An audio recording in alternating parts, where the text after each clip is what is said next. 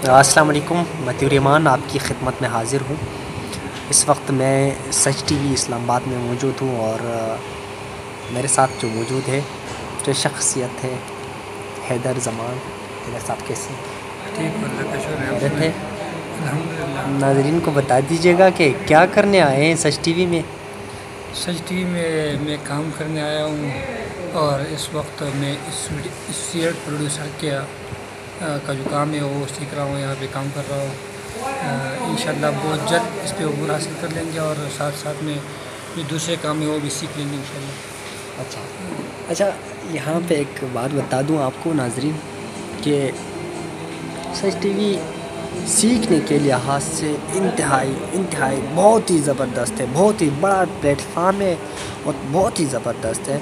यहाँ पे एक आपके साथ एक फैमिली की तरह ट्रीट किया जा रहा है और अकब में जो है, अकब का जो मनाजिर है ये सोशल मीडिया होता है।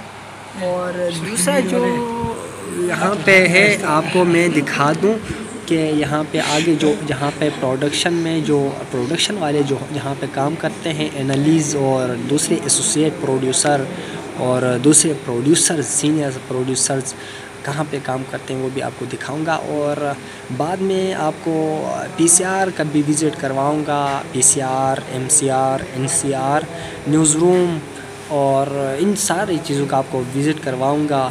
कहाँ से मेकअप रूम, न्यूज़ कहाँ से पढ़ते हैं और प्रोग्राम जो करते हैं प्रोग्रामिंग स्टूडियो वहाँ उनका भी विज़िट करवाऊंगा। और अभी इस वक्त जो सिचुएशन है वो मैं और हैदर बैठे हुए काम कर रहे हैं। मैं अपना वर्क आप लोगों को दिखाता हूँ कि मैंने क्या बनाया है। और यहाँ पे जो है ये रिसर्च है, अरसलान कोकर साहब एंकर हैं और दूसरा जो है ये पूरी रिसर्च है।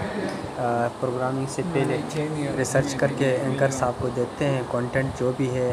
आजकल आपको पता है कि अमेरिकी इंतखाबात को लेकर कमर बस्ता हो गए हैं। और ये जो आगे जो है फ्रंट आप देख सकते हैं, यहाँ पे एनालिज़ होते हैं, वहाँ पे एनालिज़ और इसी जगह में एसोसिएट प्रोड्यूसर्स और प्रोड्यूसर काम करते हैं।